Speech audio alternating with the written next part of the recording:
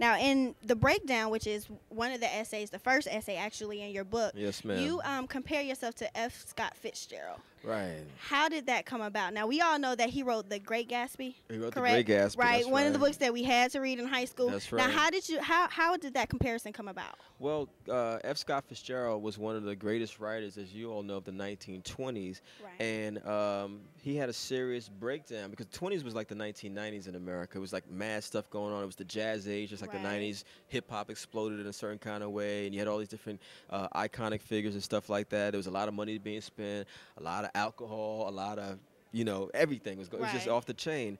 And so he wrote this essay in the mid-1930s for Esquire magazine called The Crack Up, which was about just the deterioration of his life. His marriage was falling apart. He was an alcoholic by that point. And I remember thinking to myself, when I got fired from Vibe magazine in 1996, I had lived this high life for 4 years and spent a lot of money and just was out of control, because when you end up on MTV and then at Vibe magazine at 24, 25 years old, however old I was at the time, and you get all this sudden attention, I mean, it's very, and you're not really grounded in who you are, it can all come, crashing down on you. And that's what happened to me. And so I found myself at 30 years of age, just like, who am I, basically, and was very depressed. And as I said in the breakdown, at some point, very suicidal, because, and I say this to young people all the time, it's really important for you to know who you are, what your life purpose is as soon as you can, because if you get caught up in what other people tell you who you are, when that stuff is taken away from you, you feel very empty, and that's how I felt. Right. What advice would you give to the college people who will be watching this show who are also going through many of the things that you just experienced? Wow. Get counseling, go to therapy, is very important. That was tremendously helpful for me. Surround yourself with a group of like-minded people who are trying to be progressive and proactive. And there's nothing wrong with having fun. I still like to have a good time. I'm here at ATL. I'm going out this weekend, what I'm saying? But I don't drink anymore. Right. I will never taste alcohol again in this lifetime. I don't smoke weed. I don't do any of that stuff because I decided I don't want to treat my body like a garbage can. You know what I'm saying? And I'm not knocking people. I got plenty of friends who do that kind of stuff.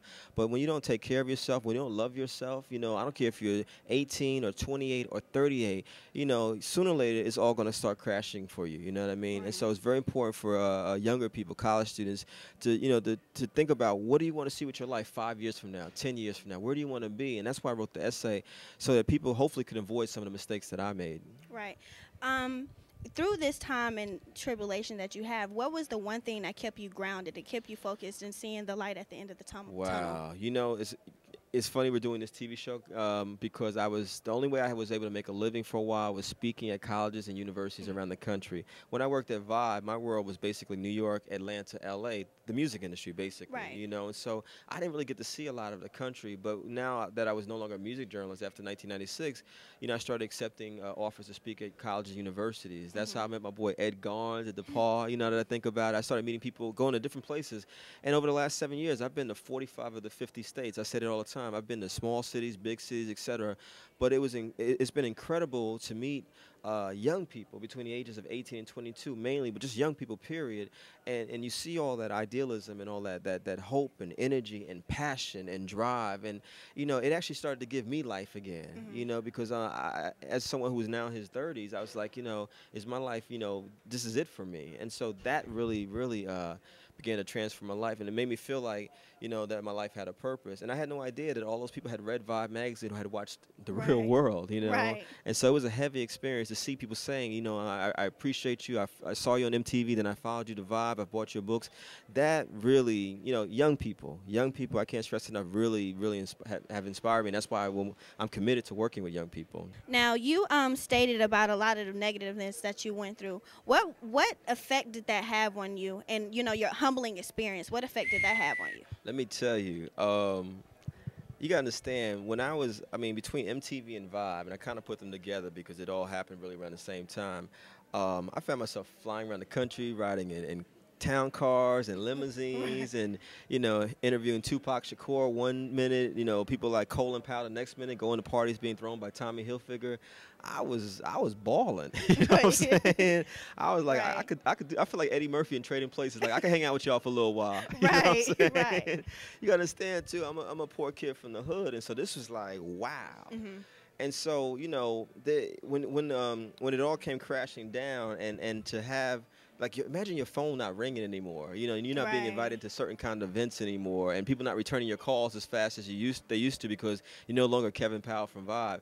That was very, very humbling, and man, I tell you, it put some things in perspective because I would meet people along the way on my way up that I wasn't very nice to, Mhm. like I was that person who may have dissed the assistant or someone like that, or thought Oh, like, okay. okay, CNN is important, but this show's not important. Everybody's important. You're important. CNN is important. Right. I speak now. I speak to mailroom people, the cafeteria worker. You Yeah. know what I'm saying? I'm gonna speak to your mama, your daddy, whoever it is, Right. because, I mean, seriously, you've got to live your life with a certain level of humility. You know what I mean? And know that this is not just about you.